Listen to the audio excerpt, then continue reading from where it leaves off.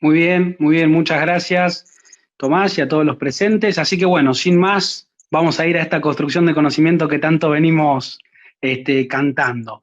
Así que le vamos a pasar la palabra al compañero Dante, un compañero militante de Necochea. Dante.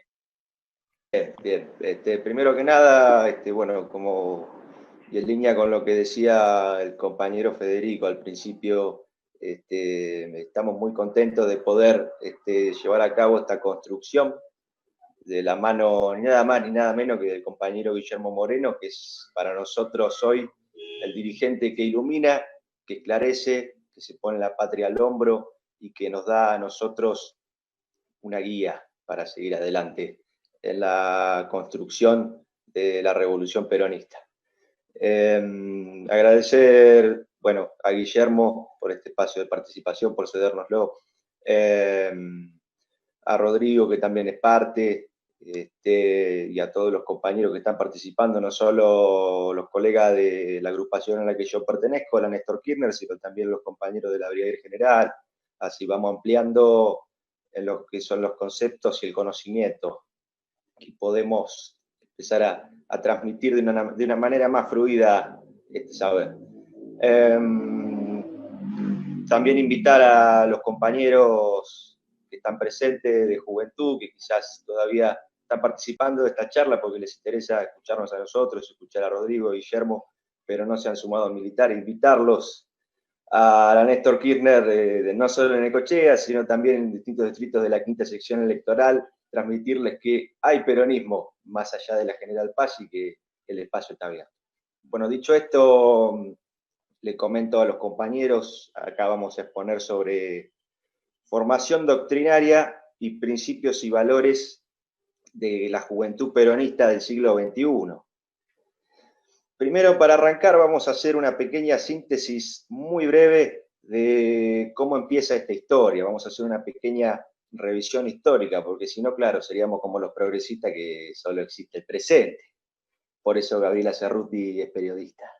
Bueno, dicho esto, primero que nada hay que aclarar que todas las revoluciones, que todas las sublevaciones se dan por el contexto económico, político y social, que el social depende claramente de los dos primeros mencionados, el político y el económico.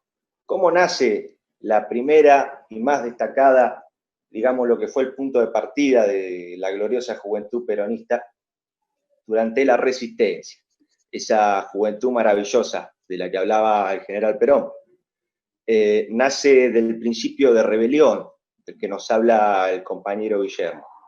Nosotros estábamos proscriptos, nos impedían la participación democrática en la política activa nacional, y además esto, luego del derrocamiento del gobierno del general Perón, vimos que trajo consigo la destrucción de la economía del país, que destruyó fuentes de trabajo, que destruyó la soberanía nacional y toda la revolución que se venía encaminando del 43 para ese momento. Luego de eso, esa juventud que fue fundamental en el regreso del general Perón al país y su vuelta al gobierno, sabemos lo que pasó, tuvimos el proceso militar de la mano de la oligarquía que volvió con la misma historia. Bueno, después hay una vuelta de tuerca con la vuelta de la democracia, y un poco más allá, en el 89, con la victoria del peronismo a nivel nacional, con Carlos Menem, en que se ve una juventud que estaba motivada, que tenía el reflejo de los abuelos, de los padres, también emocionados por la vuelta del peronismo, y después se ve que, regido inevitablemente por el consenso de Washington, el presidente tenía en ese mundo dos opciones: o volcarse a la socialdemocracia o al neoliberalismo. Se vuelca al neoliberalismo, y eso trae para la juventud consecuencias fatales. Primero que nada, la desintegración otra vez del tejido social, y la desintegración del tejido social que trae consigo lo de siempre, lo que traen el imperialismo y la oligarquía, la pérdida de fuentes laborales y demás. También trajo una ruptura, una desintegración del tejido familiar.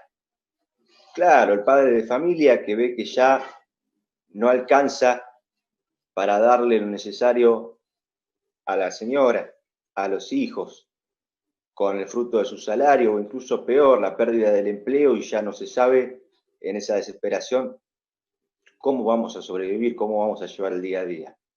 Y con esa desintegración del tejido social y del tejido familiar, de la relación intrafamiliar, hay una pérdida muy grande de los principios y valores.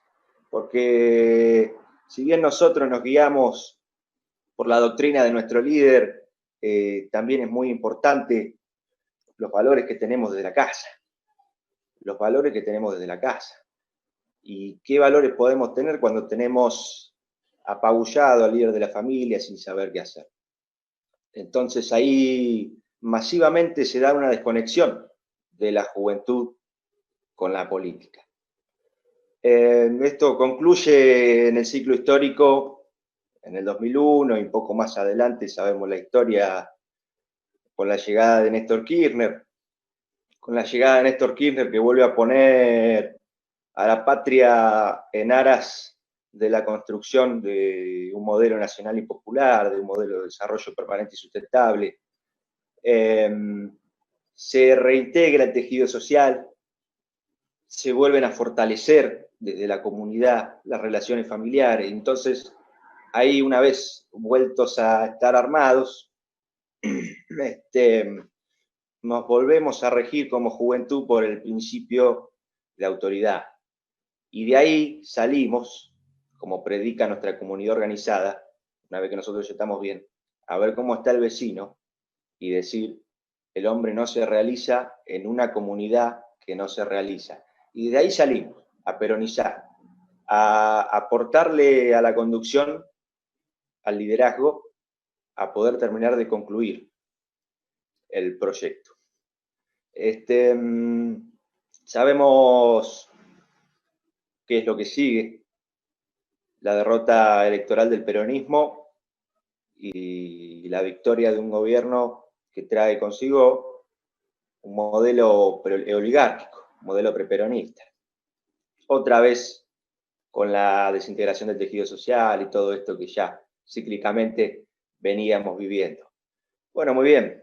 Y entonces ahí la juventud, que ya estaba reincorporada, ya estábamos reincorporados a la política, nos encontrábamos con un doble problema, con dos complejidades muy grandes. Una, el contexto político-económico, social, y la otra, la falta de liderazgo, la falta de conducción, porque la derrota del peronismo y la llegada de la oligarquía al gobierno también trajo una anomia en el peronismo. Y eso fue muy grave, porque esto hay que decirlo, acá tenemos, como decía Marcelo Bielsa, la tremenda obligación de ser antipático, pero estas cosas hay que decirlas. La gran masa juvenil, quizás hasta hace muy breve tiempo representada por la cámpora, que se percibe peronista, que toma como conducción y seguía tomando como conducción a la compañera Cristina, empieza a escuchar y se le empiezan a transmitir principios y valores, como por ejemplo, yo no pongo las manos en el fuego por nadie. Cuando a Cristina le preguntan con esta situación de que todos los funcionarios de la primera línea, los que pusieron el pecho por ella en su gobierno, respaldando al proyecto nacional y popular, empiezan a caer presos, la compañera dijo, yo no pongo las manos en el fuego por nadie. Y esos son los principios y valores que se le estaba transmitiendo a la juventud que la seguía en ese momento. Si queremos ir más cortos en el tiempo, vayamos hace un mes, menos de un mes, 25 de septiembre, cuando Máximo en la Cámara de Diputados bastardea la memoria de José Ignacio Rucci, le escupe en la cara al pueblo peronista y además reivindica a un marxista como era Agustín Tosco. Ese es un problema muy grande. Ahí se empieza a distorsionar la formación doctrinaria y de principios y valores en la masa juvenil que se vuelca al peronismo. Y acá viene cómo seguimos adelante, claro, porque acá somos muchos compañeros, miles de compañeros de esta camada, de esta generación, de esta juventud peronista del siglo XXI, que se sigue rigiendo por los principios y valores doctrinarios, por la doctrina de General Perón, por la comunidad organizada. Y ahí está la cuestión, cómo de ahí surge la pregunta, cómo estos muchachos, esta juventud que se desprende de ahí, se sigue rigiendo por los valores históricos. Bueno, es clave los dirigentes que siguieron poniéndose la patria al hombro, sin importarle las consecuencias, como Guillermo, como Julio Desvío y muchos más.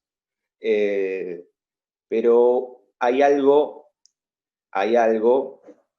en lo que nosotros, aún en la falta quizá de liderazgo, podíamos seguir sobreviviendo en esa formación, que es vivir en comunidad. Cuando nosotros, por ejemplo, vamos a hablar con el bolichero del barrio, con el almacenero, con el que tiene la zapatería, quizá tenemos la suerte de encontrar que el bolichero ya es de la vieja guardia, de los que peinan canas, y entonces nos dicen, mirá, nene, nosotros no nos consideramos empresarios, nosotros nos consideramos bolicheros porque somos de la escuela de Helbach, y ahí se abren un montón de cuestiones y de conceptos como el de la Confederación Económica, que se suma al pacto social que planteaba el general Perón, con los empresarios, con el movimiento obrero organizado y el Estado, trabajando en conjunto para el bien común. Bueno, lo que nos ha ayudado a la supervivencia, y muchos ejemplos más, es vivir en comunidad. Bien, ahora, sabemos en la situación, compañeros, en la que nos encontramos, en la que tenemos que sobrevivir, en la teoría y en la práctica.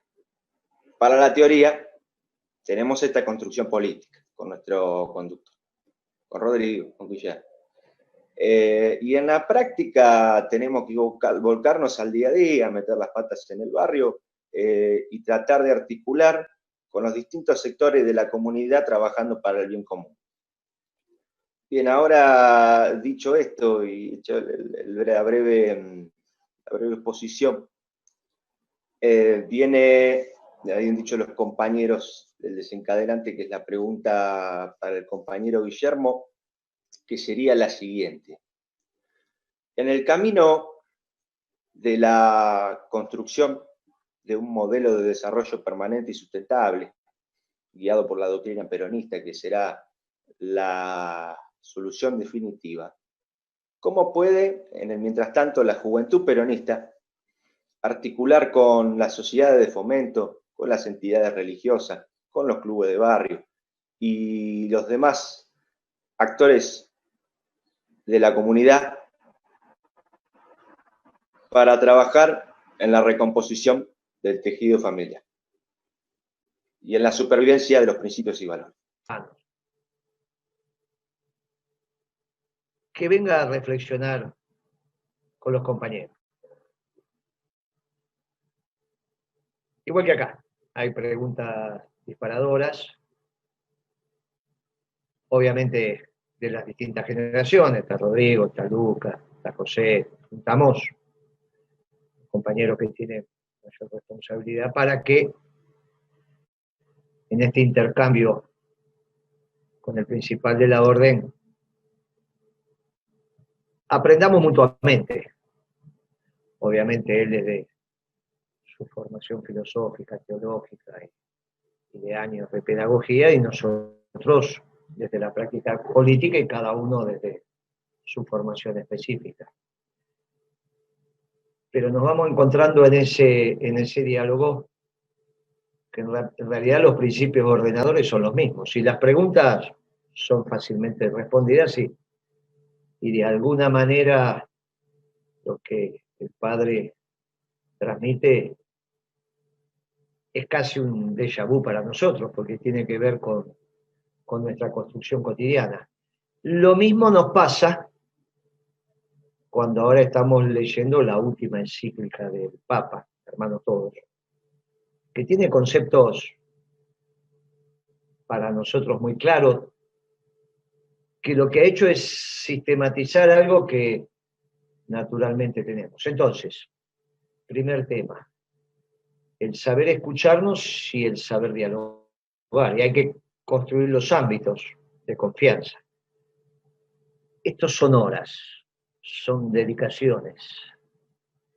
Nada se hace sin destinarle 3 horas, y bueno, le tenemos que destinar 3 horas los días viernes, y se los destinamos. Como vamos a destinar ahora horas a esta charla, hora y media, pero vamos a estar, hablan los compañeros. Desarrollar la tarea de escuchar, que también enseña su santidad, y el ir enriqueciéndonos mutuamente. Es la diferencia entre militar por las redes o militar en el cara a cara, cuando las circunstancias lo permiten, ¿no? Digamos, cuando el presidente firmó un decreto que no tenía legalidad, le dijimos que no tiene funciones. Cuando firma un decreto que tiene legalidad, dentro de la ley todo, fuera de la ley nada, bueno, ahora hay una cuarentena, pero esto va a terminar. Siempre la militancia en el cara a cara es superior. Y es superior porque te llevas los problemas del compañero. Y el compañero se siente escuchado, aunque no lo puedas resolver, se siente escuchado. La importancia de desarrollar la escucha y la importancia de desarrollar la posibilidad de interactuar. El Papa, en su última encíclica, dice exactamente esto, que a nosotros nos resulta natural,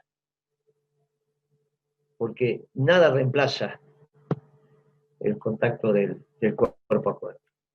Y él lo dice, mire, nada reemplaza el contacto del cuerpo a cuerpo. Entonces, ¿cómo es con los bomberos? ¿Cómo es con la sociedad de fomento? ¿Cómo es? Es desde una acción transparente. No vamos a intrusar las sociedades de fomento. Le podemos usar la parrilla una vez, pero no vamos a penetrar con nuestra política. Vamos a compartir nuestra política. Son dos hechos relevantes. No vamos a conducir. Vamos a dejarnos llevar. Yo, ayer, antes de ayer, creo, Luciana, una colaboradora que tenemos aquí, joven, por estas cosas de la vida, organizó una reunión con un centro de estudiantes de la UCA, de la Universidad Católica. No sé si es un solo centro de estudiantes, si lo organizaron como lo organicé yo en su momento a través de facultades, bueno, la verdad que, pero eran la mayoría muchachos de ciencias políticas y relaciones internacionales, y algunos de economía, había como 40. Y al final de la charla le dije, mire, nosotros no venimos a penetrar con nuestra política en sus estructuras, ni lo que le pedimos es que se coordinen. Seguramente acá, sobre estos 40, habrá algún peronista. Y ahí nomás los compañeros empezaron a hacer en la UCA de acá, de Puerto Madero estamos hablando. Nos dije, bueno, algún peronista habrá. Nos lanzamos, yo no, miren, imagínense que un centro de estudiantes de la UCA, lo que menos voy a pensar que algún dirigente peronista. Y había, absolutamente respetuoso. Pasamos por múltiples lugares, hasta por Gómez Centurión, por Esper, por esto, por acá, con mucho respeto.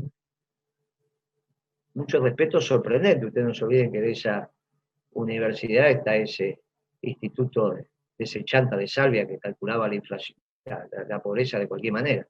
Que ahora quedó claro que eran unos chantas, ¿no? Alberto Fernández dice que Cristina dejó 26.6 de pobreza, lo dice con decimales. ¿Qué metodología tenía en la cabeza?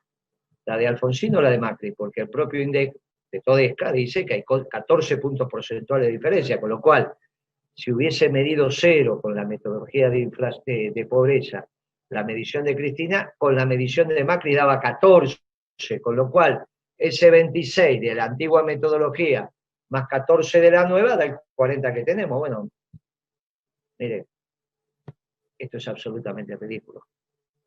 Pero eso es lo que dice Salvia. Con ese nivel de chantada de ese observatorio, los pibes manifestaron un profundo respeto. Y yo, la única chance que le hice, que había sido también presidente del centro de estudiantes, que lo había organizado en la época de la dictadura, que gracias a Dios las cosas ahora eran distintas, pero con mucho respeto también les dije, miren, saquen el bastón de mando y organícense. No vengan a militar con nosotros, organícense. Porque si nosotros tenemos la política correcta, naturalmente van a terminar articulando con nosotros. Naturalmente, naturalmente. Si hacemos las cosas bien, naturalmente. Naturalmente. ¿Qué hacemos con las asociaciones vecinales, sociedades de fomento, los bomberos, la policía, los excombatientes? Simplemente interactuamos, le brindamos nuestros mensajes. Le brindamos nuestra verdad, humilde, sin pedantería, escuchando. Claro, es lo que no hicimos, lo que nos faltó hacer en la segunda etapa de la década ganada. Un día Cristina me preguntó, yo lo dije públicamente, un día estábamos ahí solos, y me pregunta, dígame, todavía estaba conmovida, había pasado un año y pico, todavía estaba en eso de intentar encontrar su estilo de conducción, sobre la conducción de Kirchner. Ustedes piensen que un día Cristina me dice, pero Moreno, tenemos un problema. Yo no puedo juntar a los muchachos para comer un asado y jugar al fútbol. Eso lo hacía Néstor. ¿Yo qué voy a hacer? Y claro, ese jugar a la pelota, los viernes a la noche en la quinta, que me invitaron, pero yo ya no estaba para jugar a la pelota. Aparte, hay un límite los viernes a la noche que uno también necesita mantener su estructura familiar. Ya, imagínense que arrancábamos muy temprano, terminábamos la noche. Si los viernes me iba... Y bueno, uno elige. Pero no es que no me invitaron. En su momento jugaba más o menos, pero ya no estaba para... Pero ahí era un ejercicio de conducción de Kirchner. Con la cerveza, con el vino, con el asado, con el fútbol, con el referí que cobraba a favor del equipo de Kirchner, bueno, todas las cosas que ustedes saben que van a pasar en un ambiente. Pero claro, era el equipo de Kirchner contra un equipo que se iba armando del otro lado invitando gente, y era un ejercicio. Y Cristina sentía que ella no podía hacer ese ejercicio, porque vamos a hacer un ejercicio al margen de cómo.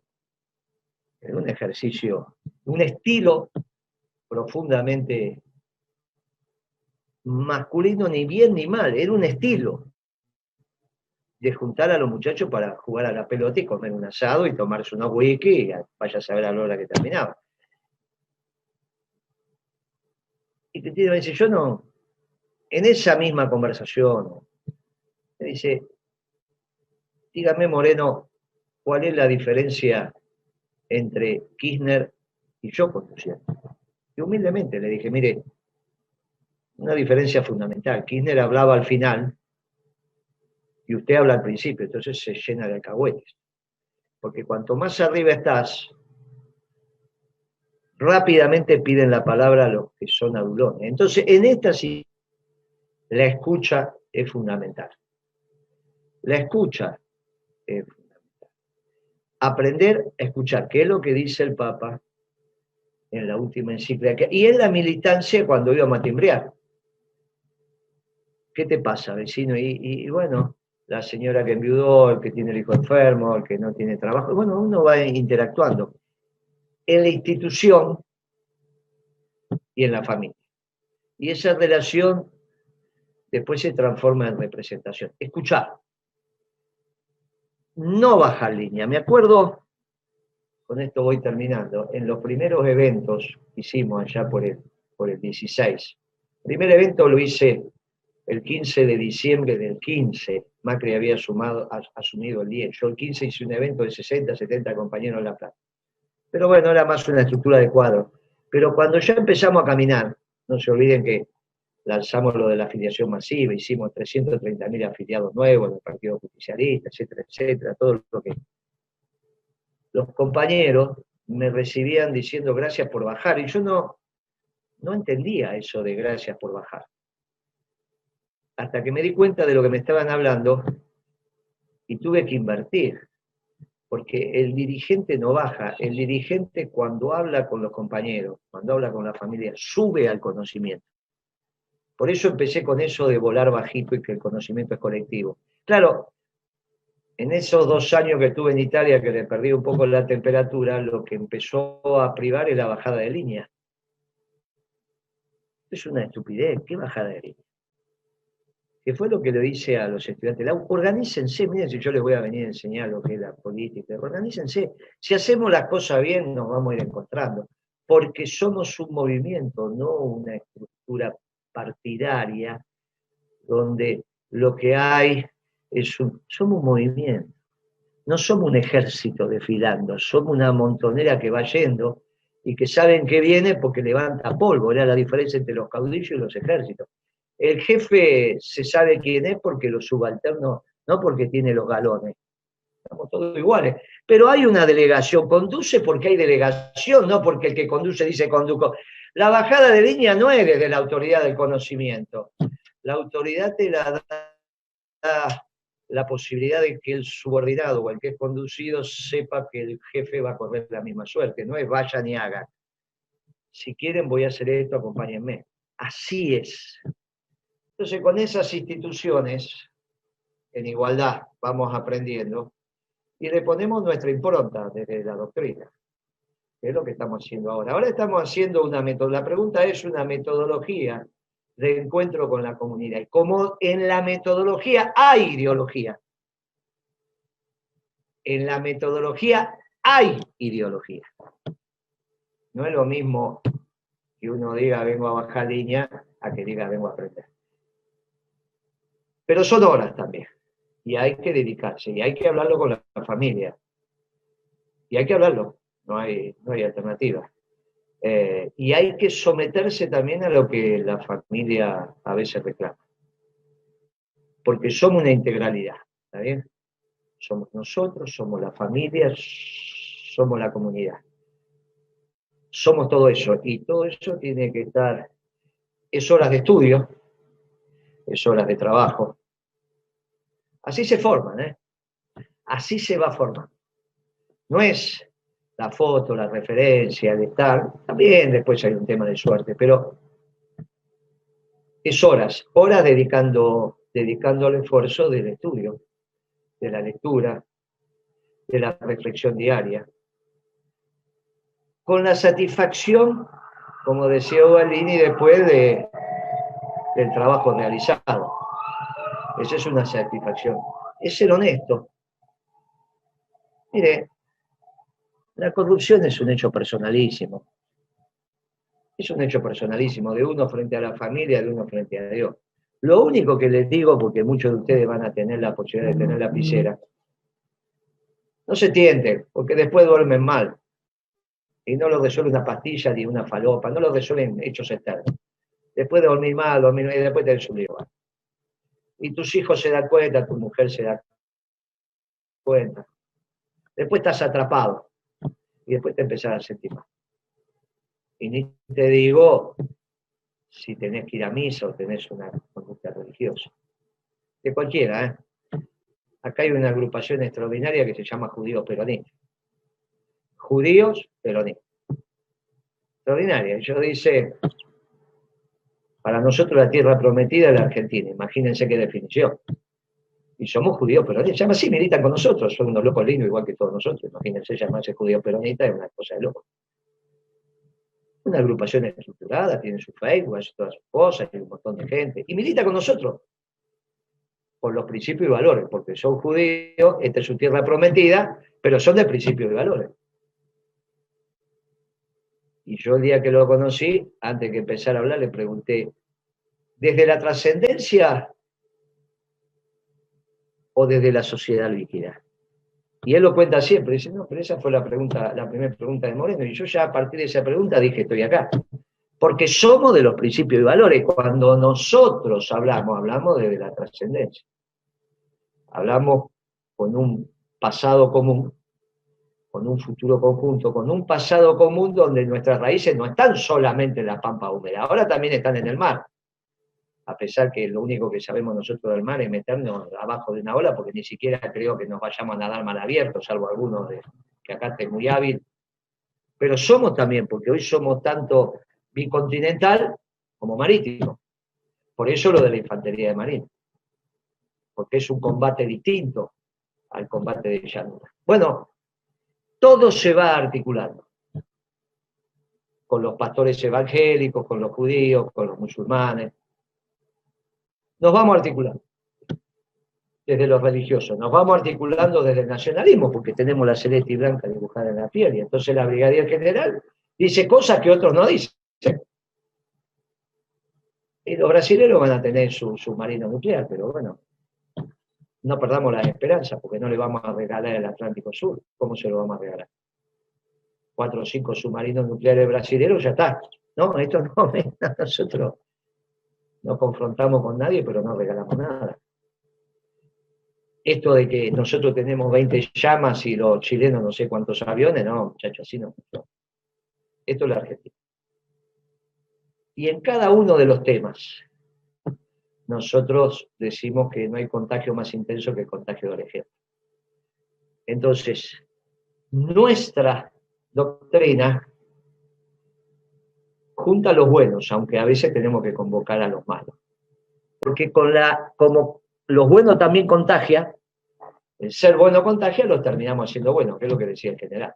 O sea, muy difícil que un burro se transforme en inteligente, pero un malo lo hacemos bueno. Por eso no estamos de acuerdo con la pena de muerte, ni ninguna de esas tonterías. Por eso el otro día dije que salvar las 2 almas. Bueno, en esta tensión en crónica, no, mira, hay uno que mató y otro que fue muerto. Bueno, hay que salvar a las 2 almas.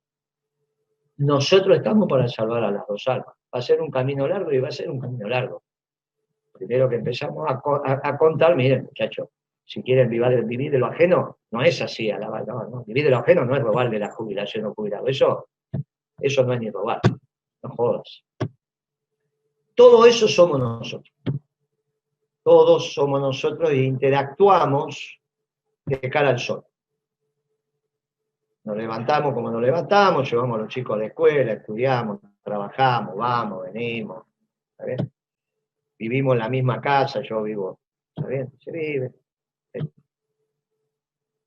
Tengo un panadero al lado de casa que empezó a tratar mal a mi señora porque pensaba lo que decía Clarín, que la panadería de 2 cuadras de mi casa era mía. Hasta que se dio cuenta que no era mía y ahora me da la mejor factura. No, llévate esto, llévate aquello. Si el tipo es vecino mío, no le voy a poner una panadería de 2 cuadras. Es vivir y dejar vivir. Es predicar con el ejemplo. Y si haces eso, te va a ir bien. Después llegan las cosas.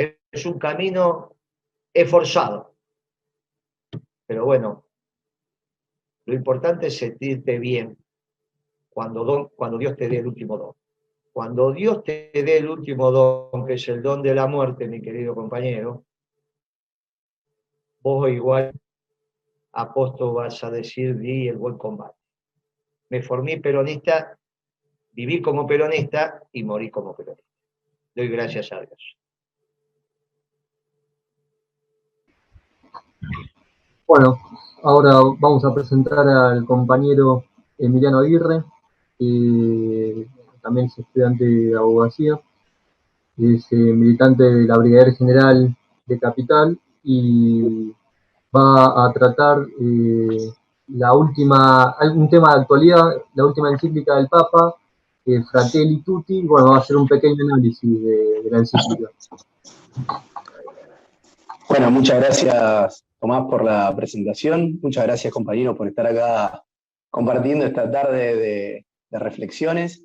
Y sobre todo, gracias, Guillermo, por compartir este momento con nosotros.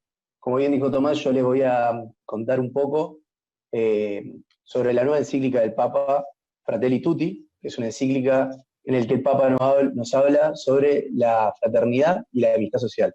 Guillermo ha hecho referencia varias veces en el transcurso de la tarde a esta encíclica, y es una encíclica muy interesante porque el Papa nos habla a todos, nos habla a toda la comunidad internacional en el medio de un contexto que es el que ya todos conocemos, que es la crisis generada por la pandemia. Y empieza a reflexionar sobre un montón de cuestiones como la globalización, el nacionalismo, el surgimiento de ciertas tendencias soberanistas, supremacistas, todas tendencias que están muy en boga actualmente en el actual contexto histórico. Nosotros estamos en un momento en el cual la globalización, que hasta hace unos años se veía como un proceso que no iba a dejar de crecer y que estaba comiéndose el mundo, ahora estamos aparentemente ante la crisis de la globalización y está empezando a nacer un exacerbamiento de los sentires nacionales que muchas veces terminan en lo que el Papa define como nacionalismos cerrados, que son lo que nosotros definimos como nacionalismo de exclusión. Francisco justamente reconoce la necesidad de una cooperación en esta crisis que estamos viviendo y se para en algo que podríamos llamar como una especie de tercera posición. Rechaza los nacionalismos cerrados. Él nos empieza a comentar al principio que la historia parece estar dando vuelta atrás, que se encienden conflictos anacrónicos, que se consideraban superados y que están resurgiendo estos nacionalismos cerrados con una idea de unidad del pueblo, de la nación, que está siendo penetrada por diversas ideologías y que está creando nuevas formas de egoísmos dentro de estas sociedades. Y hay una pérdida fuerte del sentido social que se enmascara bajo una supuesta defensa de los intereses nacionales. También, por otra parte, empieza a criticar la postura globalista. La critica diciendo que lo que pretende es eliminar las identidades propias de los pueblos y perpetuar el imperialismo.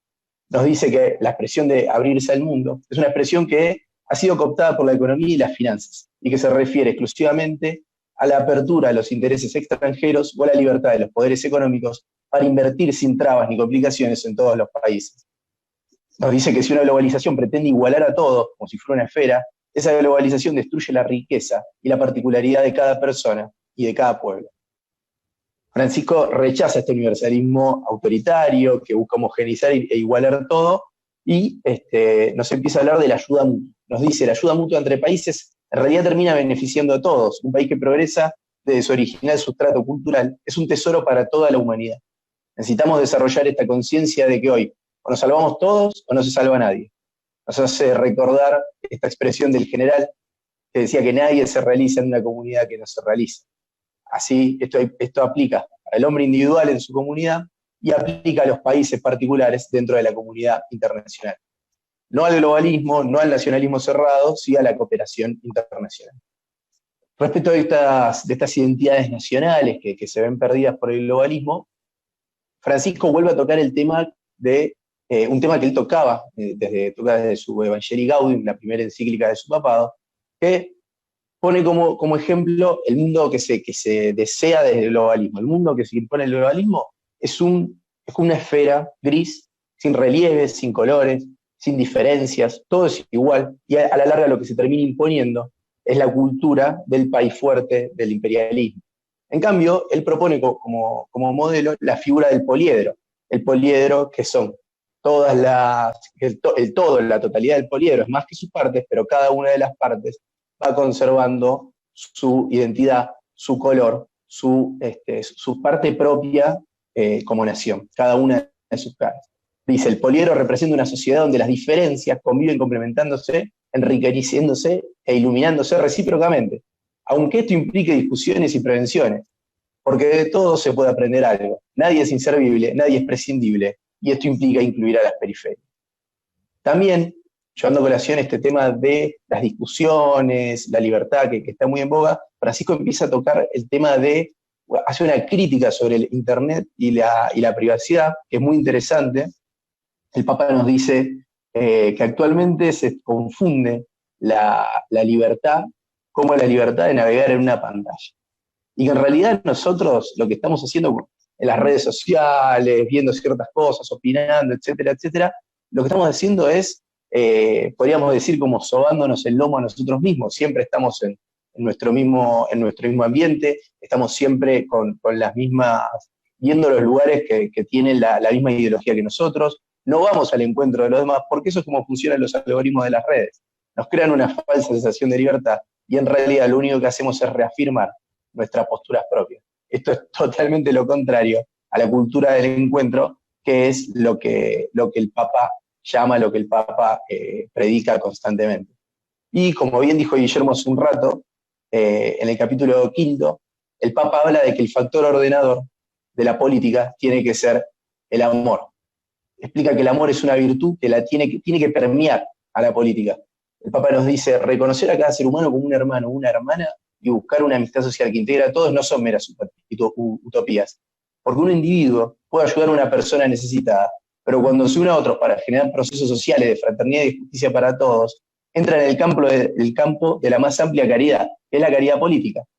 Esta caridad, corazón del espíritu de la política, es siempre un amor preferencial por los últimos, que está detrás de todas las acciones que se realicen a su favor.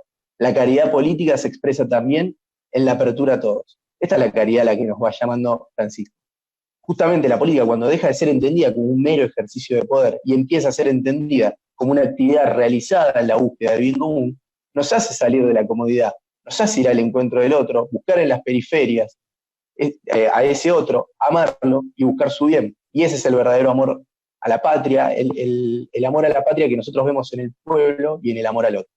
Y bueno, Guillermo, terminando con esto, quería preguntarte y pedirnos que nos expliques cómo se encarna, cuál es la relación que hay entre nuestro nacionalismo de inclusión y la cultura del encuentro que es promovida por nuestro Papa Francisco. Muy bien. Claro, la cultura del encuentro se expresa en la construcción de los puentes, porque los puentes es eso, que los pueblos van encontrando. Pueden pasar, pueden circular, pueden ir y venir, respetando las especificidades culturales de cada uno de las partes integrantes, del cual no hay que sacrificar a ninguno. No es que una cultura reemplaza a la otra, que una cultura es buena y la otra es mala, entonces, claro, nosotros hace 70 años que venimos transitando por ese mismo sendero, por eso en esta encíclica, hermanos todos, creo que es una encíclica extraordinaria, creo que es la pluma del Papa sin ninguna duda. Se vuelca el pensamiento profundo de él, incorporado en sus vivencias caminando la Argentina, o la ciudad de Buenos Aires, Gran Buenos Aires. Es él en Córdoba, es él en Santa Fe. Y se lo transmite al mundo. Vos haces bien en refrescar y clarificar que parecería ser que cuando empieza la encíclica hay un reconocimiento a la globalización. Porque dice, bueno, habíamos avanzado y ahora estamos retrocediendo. Pero inmediatamente después dice, no, bueno, pero ese avance no era el avance que nosotros queríamos. Era un avance en la exclusión, era un avance en la injusticia, era un avance bla, bla, bla, bla, bla. Y menciona incluso el mercado como sinónimo de neoliberalismo y bla, bla. Y en esto quiero retomar lo que dije al principio. Y que en la encíclica también queda. No son los mismos los que ganaron la Guerra Fría que los que después ordenaron el mundo surgido de la globalización, o sea, de los vencedores de la Guerra Fría. La Guerra Fría, si precisamos dos figuras, son Reagan y el Papa, Juan Pablo II, el polaco. Pero después, la globalización no se ordenó a partir del pensamiento de los que habían ganado, sino de un pensamiento distinto, los neoclásicos que conjugan a los neoliberales y a los socialdemócratas. Es muy interesante. Este es un debate que nosotros venimos dando y que hoy está a flor de piel, ¿está bien? Sobre las teorías del valor, cómo... valen las cosas, por qué pasa. Por eso nosotros en este reverdecer de los principios y valores, confrontando con lo no trascendente, es que le pusimos ese nombre al partido. E incluso, yo no sé si cuando lleguemos a las elecciones del año que viene, el oficialismo va a ser este mismo oficialismo. Sería injusto que terminemos esta reunión y yo, miren muchachos, yo no sé cuál va a ser el oficialismo. Estamos en un proceso muy especial, muy dinámico. Tenían posibilidad de conducir el proceso y por ahí con buenas ideas, pero las ideas fueron malas. Después los procesos toman su propia lógica. Esto va más allá de la voluntad, es la realidad que se impone. Y en esa realidad que se impone, entre el compañero de Salta que habló de anomia, yo hablé de la articulación del peronismo para después con hechos institucionales impedir la disgregación. Ese es el rol del peronismo. Bueno, entonces, ¿qué? ¿Y el oficialismo? Entonces, pues, qué sé yo, el oficialismo puede ser. No hay otro que el peronismo, pero ya distinto en algunos matices o personas o lo que fuera. Ya a esta altura el proceso está lanzado, digamos, cuál va a ser la anécdota, desconozco. No es mi rol contar la anécdota, todos sabemos acá que nos vamos a morir, nadie sabemos cómo, sabemos que nos vamos, el proceso es, después cuál va a ser la anécdota, no lo sé, eso ya es de cosa del vino, eso no tiene sentido. Pero a pesar de que el oficialismo sea un oficialismo más generoso con el peronismo, incluso no antitético al peronismo como a este es antitético al peronismo. Nosotros igual vamos a tener un despliegue electoral, porque el peronismo tiene que tener un núcleo duro y tiene que terminarse esto de que, bueno, total, un día vienen con Heller, otro día vienen con Massa, otro día... No, miren muchachos, está todo bien, pero el corpus del pensamiento son los principios y valores, y eso se tiene que militar, se tiene que expresar, se tiene que predicar. Tienen que estar los misioneros, tienen que y nosotros, al margen de cómo sea el oficialismo, incluso un oficialismo generoso, no un oficialismo generoso para el peronismo, nosotros tenemos que expresarnos. Distinto, con un discurso distinto, bueno, veremos. Pero nos vamos a expresar, porque es importante que se entienda que el peronismo es conceptualmente lo permanente. Es conceptualmente lo permanente. Obviamente que la sal y la pimienta son muy importantes y en la provincia de Buenos Aires hay 1.500 cargos en juego y todo eso hay que llenarlo. Mire, muchachos, está claro todo eso. Pero también hay un discurso de lo permanente. En el discurso de qué hacer con la seguridad no hay que estudiar, hay que poner el cuerpo. La realidad es más importante que la teoría. Mire, dejemos de teorizar con la seguridad, hay que poner el cuerpo, dejémonos de joder. Y si falla el principio de autoridad, y bueno, es porque los jefes no corren la suerte de los subalternos. Bueno, es hora de que el jefe, en este caso el presidente, ponga el cuerpo. Y eso se va a resolver la seguridad. Algunos temas de la seguridad, no, claro, esas bandas organizadas tipo la de Córdoba Lorca, bueno, eso tiene que ver con la inteligencia policial, pero estos delitos que le molestan a la gente, esta tontería, estamos viendo todos los días en la televisión, muchachos, eso es que terminó rápidamente, que me vienen con el Paco y toda esa sarta de pavada. Los soldaditos, los monos y toda esa tontería se soluciona rápidamente, desde el principio de autoridad, pero el jefe tiene que correr la suerte de su subordinado, si no, no hay principio de autoridad. Lo mismo las relaciones internacionales, pero ¿cómo vamos a pensar que vamos a estar con los británicos usurpando Malvinas y nosotros peleados hasta con los paraguayos y los bolivianos por algunos temas? Pero nosotros tenemos relaciones permanentes con el pueblo paraguayo y el pueblo boliviano en la construcción de la patria grande. Y encima tenemos a los británicos, pero esto es el sentido común, muchachos. Bueno, esto, como diría Perón, es el ABC de la política. Y en economía no hay duda, es lo que venimos transitando. Esto, que tiene que ver con los principios y valores permanentes, tiene que tener una expresión electoral el año entrante. incluso aunque cambie el oficialismo y sea mucho más generoso con el Perón. Se harán los frentes, se harán las cosas, pero hay un discurso que nosotros estamos presentando, que es un discurso muy potente. Tampoco es un discurso de secta, no es que le hablamos solamente a los que piensan como nosotros. Por eso le estamos hablando a los liberales, le estamos hablando a los marxistas, le estamos hablando a los clásicos, donde nos identificamos los peronistas. Pero le estamos hablando, le decimos a los liberales, mire, no existe la libertad del country, existe un pueblo libre de un gobierno esclavo. Y le decimos a los marxistas, mire, bueno, nosotros tenemos esta visión del libre albedrío, no me venga con la planificación centralizada, porque creemos en la planificación, pero de los hombres libres. ¿Está bien? Por eso el Congreso de la Productividad y el Bienestar General. Vamos a fabricar zapatos y ¿quién lo sabe? Lo que tienen cayó en las manos.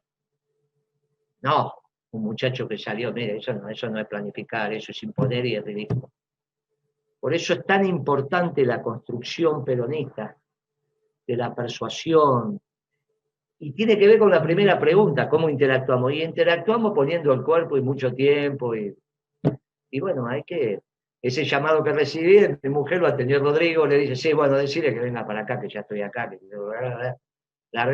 venga. Y bueno, es lo que dije también, mire, la familia hay que cuidar. Y no, ya, bueno, somos viejos los dos, pero bueno, la familia hay que cuidar. Todo, en este caso, se relaciona con nuestra doctrina. Todo lo tenemos que articular. Y el modelo de desarrollo... Y no es de 4 cranotecas que piensan que penetran con su política en el Estado y que el Estado... Esas son tonterías. Esas son tonterías. Si no hay modelo de desarrollo, si no lo hacen propio los dirigentes sindicales y los empresarios. No hay modelo de desarrollo. Este es un error garrafal de Kicillof.